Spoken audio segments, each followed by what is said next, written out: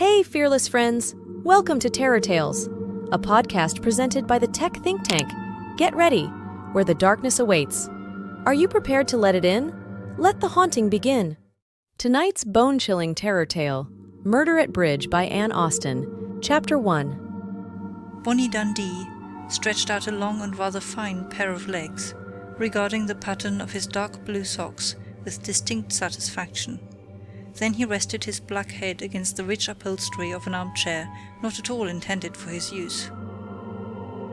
His cheerful blue eyes turned at last, but not too long a last, to the small upright figure seated at a typewriter desk in the corner of the office. "Good morning, Penny," he called out lazily, and good-humouredly waited for the storm to break. "Miss Crane, to you?" The flying fingers did not stop an instant, but Dundee noticed with glee that the slim back stiffened even more rigidly, and that there was a decided toss of the brown bobbed head.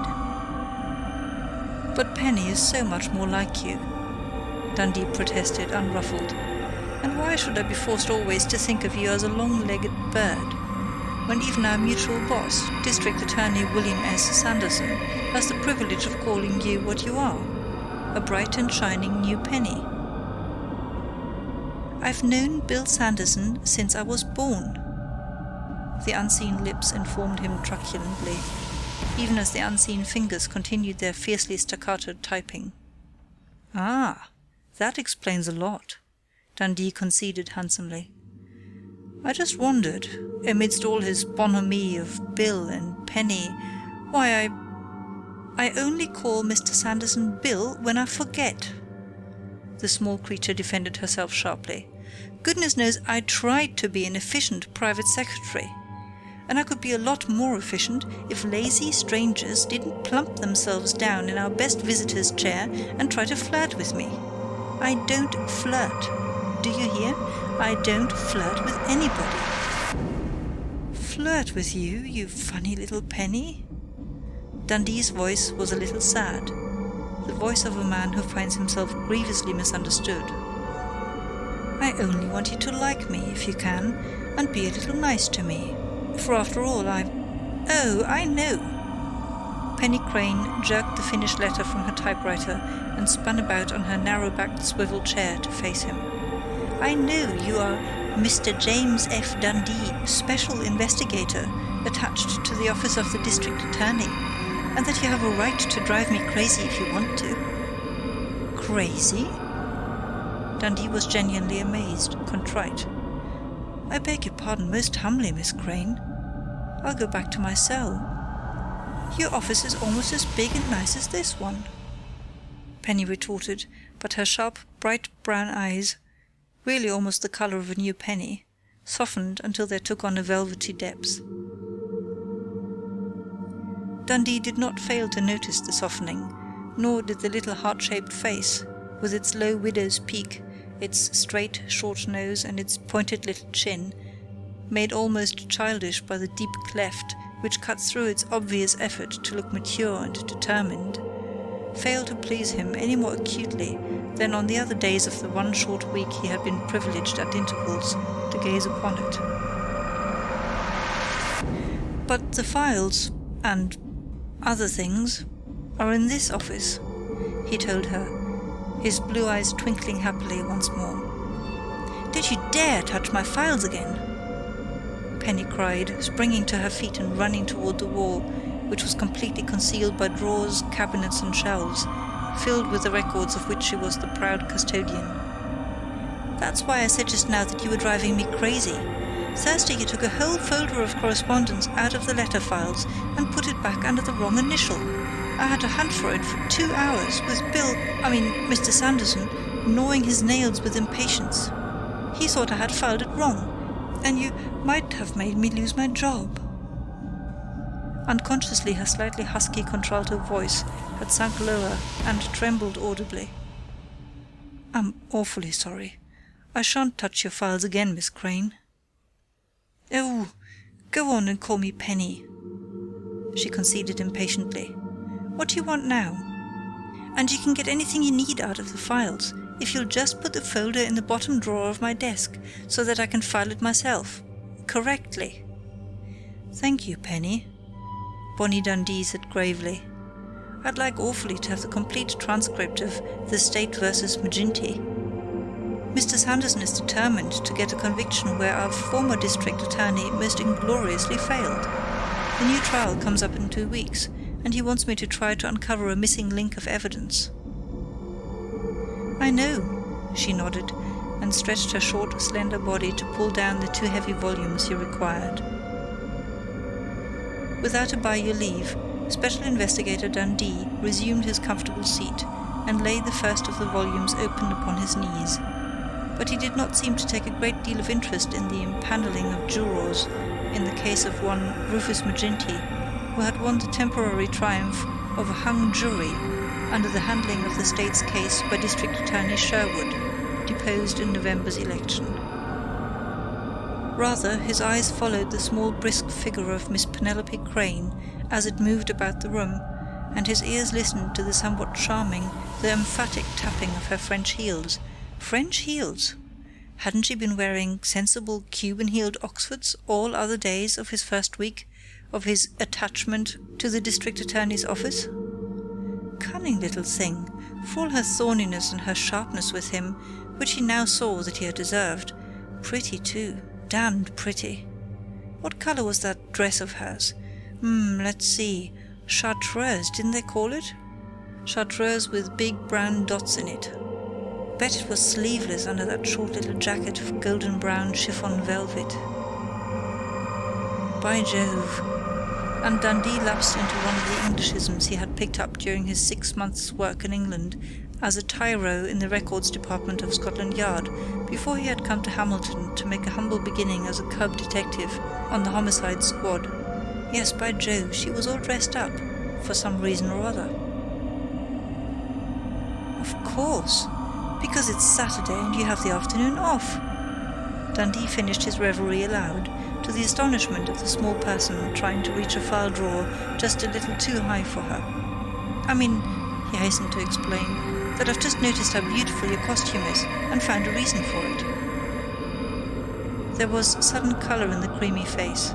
The French heels tapped an angry progress across the big office, and Penny sat down abruptly in her swivel chair, reached across the immaculate desk, snatched up a morning paper and tossed it, without a glance, in the general direction of her tormentor. "Page 3, column 2, first item," she informed him ungraciously, and then began to search with a funny sort of desperation for more work to consume her extraordinary energy. Bonnie Dundee grinned indulgently as he opened the Hamilton Morning News and turned to the specified page and column. "Ah, my old friend the society editress in her very best style," he commented as he began to read aloud. "Mrs.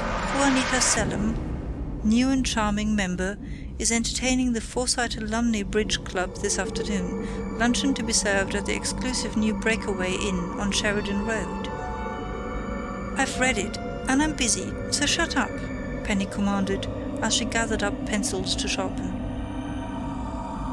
Quite meekly, Bonnie Dundee subsided into silent perusal of an item he was sure could have no possible interest for himself, in either a personal or professional capacity, unless Penny's name was in it somewhere.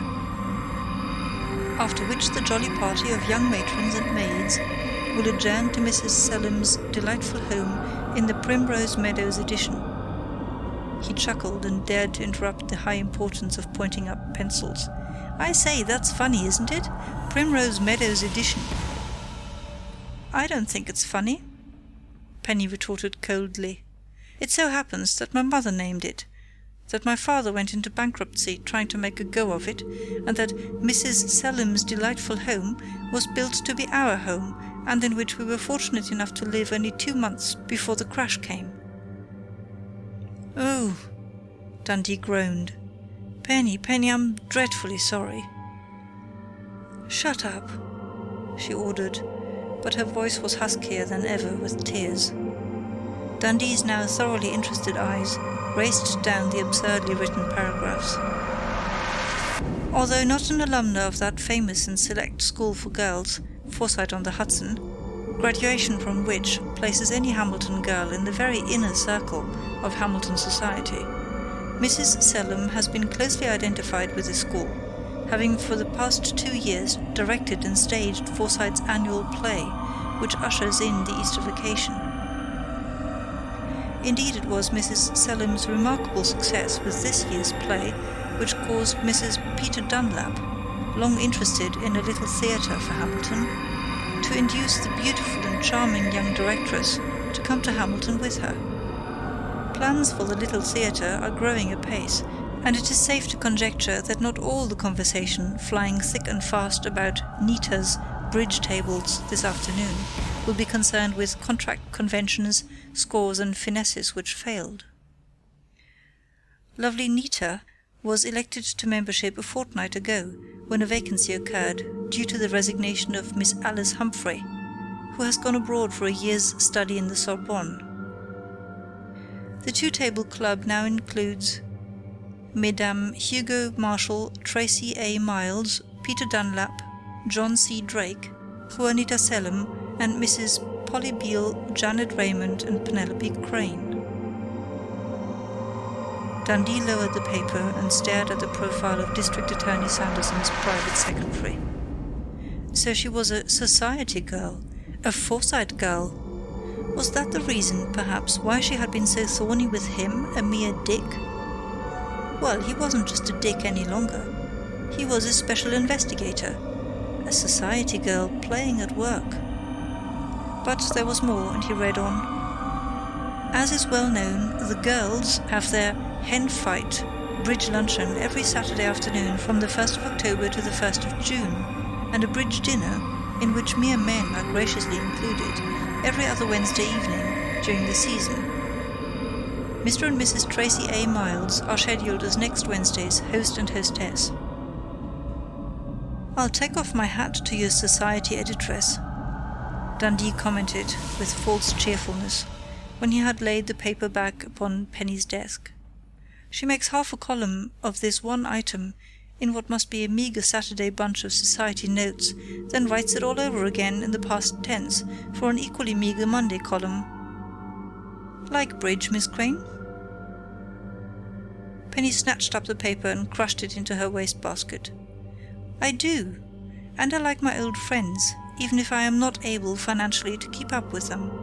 If that's why you've suddenly decided to stop being comrades. Please forgive me again, Penny, he begged gently.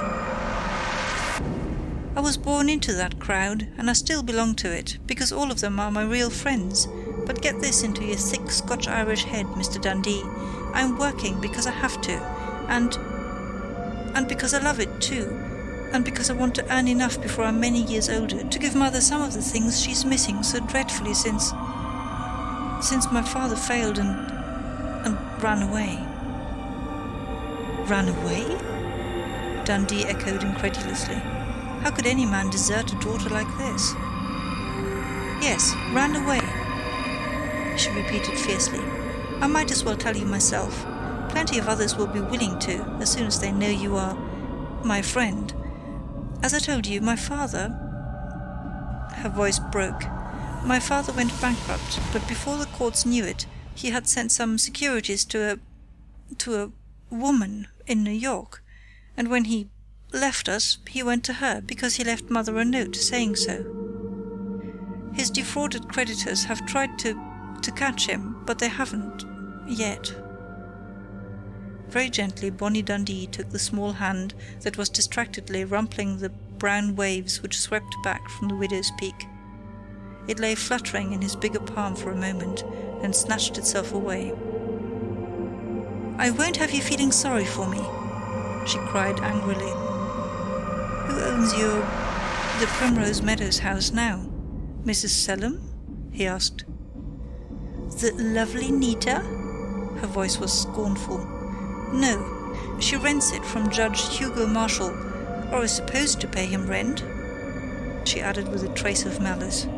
Hugo is an old darling, but he is fearfully weak where pretty women are concerned. Nita Selim had known Hugo in New York.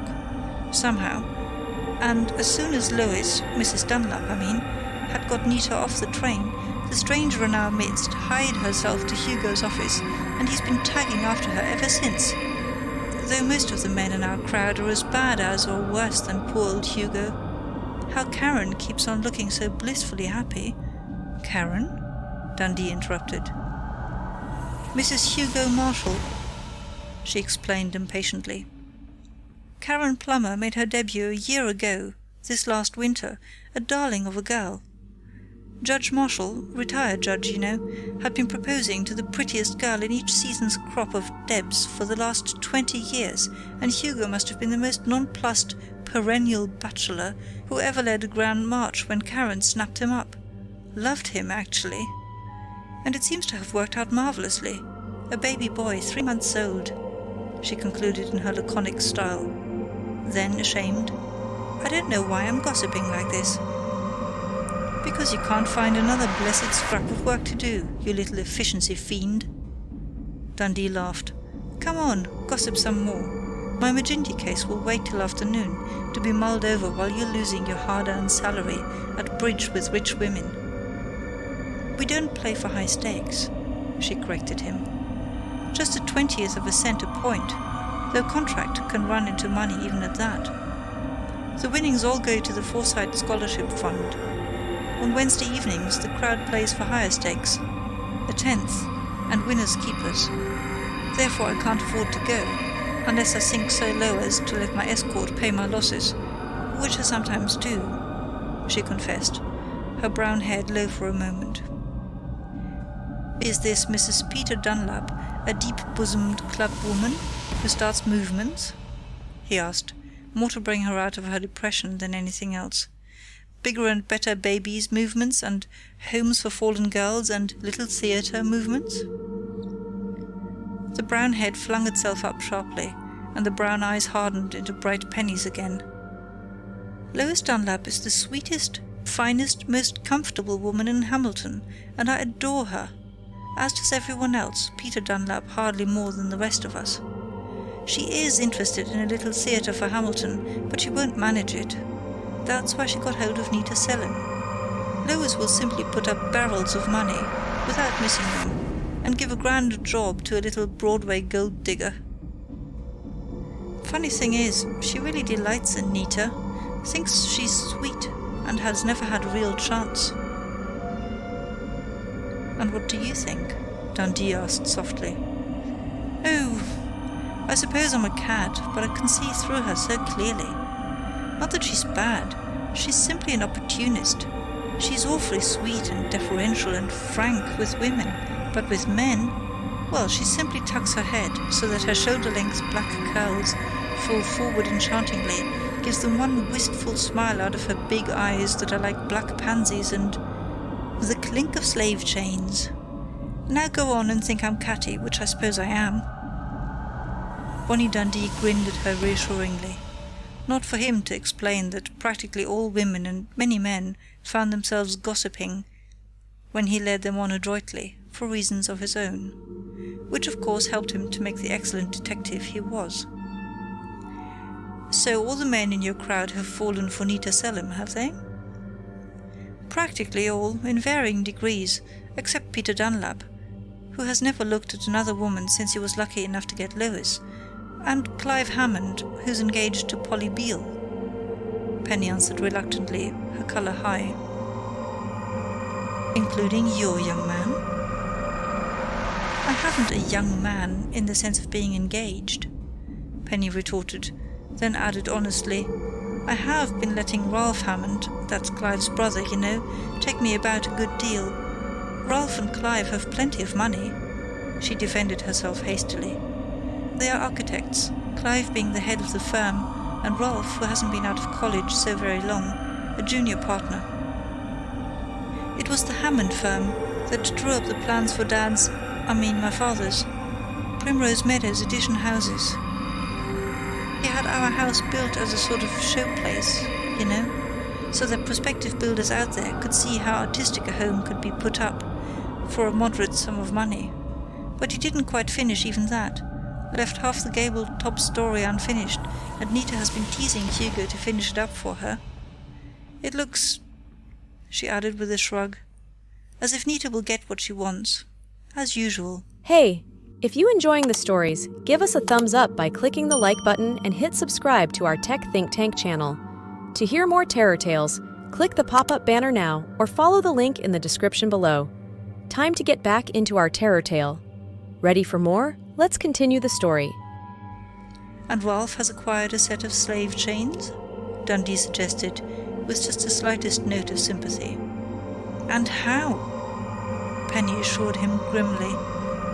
"A simile as out of date as my clothes are going to be if I don't get some new ones soon.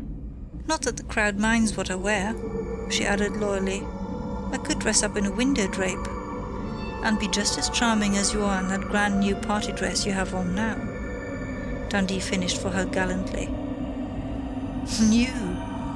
Penny snorted and turned back to her desk in a futile effort to find something left undone. Dundee ignored the rebuff. How many gentlemen with moderate incomes actually built in Primrose Meadows? "You are inquisitive, aren't you?" "None. Our house, or rather the one Nita Selim is living in now, is the only house on what used to be a big farm. Why?"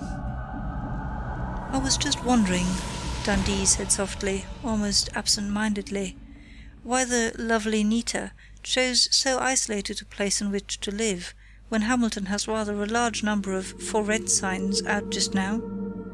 By the way, know what time it is now? 1:50. Get your hat on, young woman. I'm going to drive you out to Breakaway Inn." "You're not. I'm going to take a bus. One runs from the square right past the inn," she told him firmly.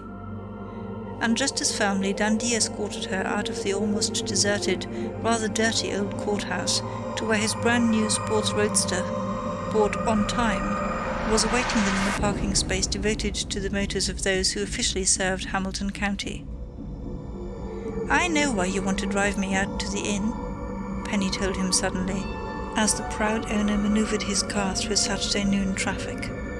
"You want to see Nita Selim. Clank, clank. I can hear the padlocks snapping in the slave chains right now." "Meow," Dundee retorted, then grinned down at her with as much comradely affection as if they had been friends for years instead of for a couple of hours. "Is Nita very small?" he added.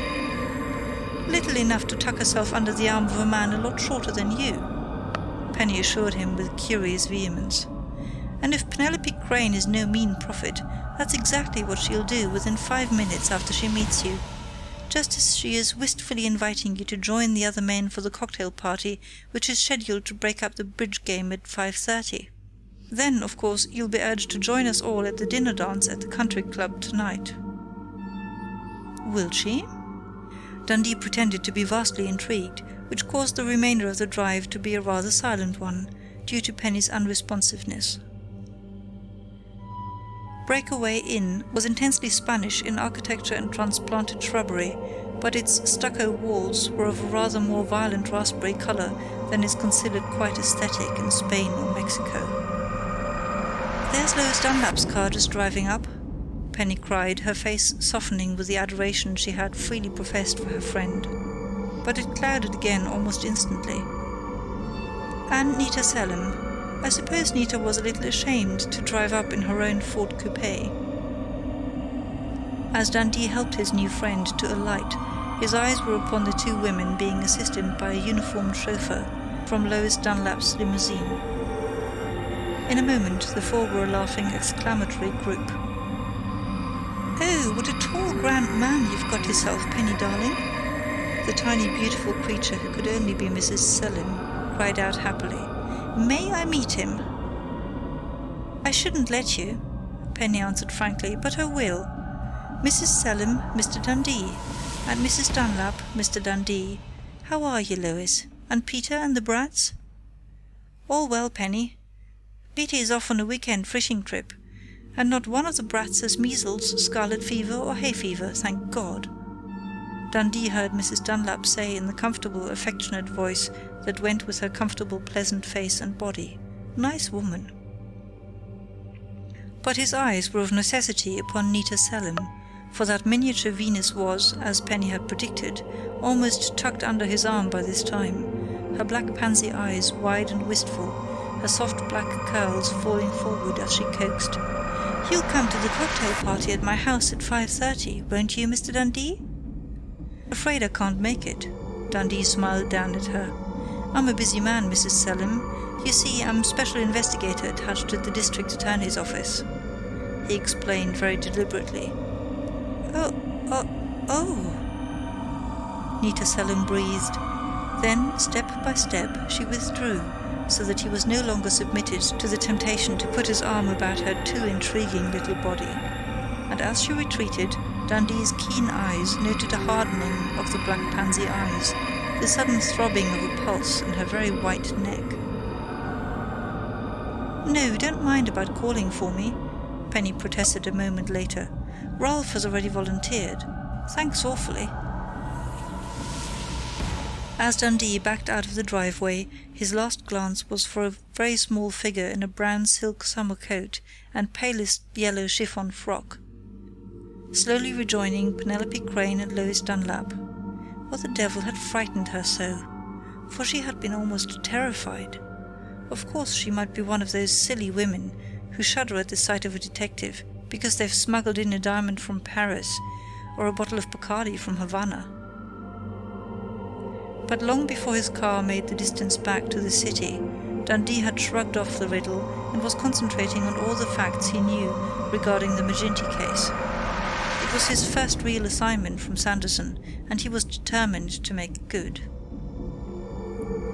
4 hours later he was interrupted in his careful reading of the trial of Rufus Maginty by the ringing of the telephone bell. That made 4 times he had to snap out the fact that District Attorney Sanderson was playing some well-earned golf on the country club links, Dundee reflected angrily as he picked up the receiver. But the call was for Dundee himself, and the voice on the other end of the wire was Penny Crane's, although almost unrecognizable. "Speak more slowly, Penny," Dundee urged. "What's that again?" "Good Lord, you say that Nita Selim—" After a minute of listening, and a promise of instant obedience, Dundee hung up the receiver. "My God," he said slowly, blankly. "Of all things, murder at bridge."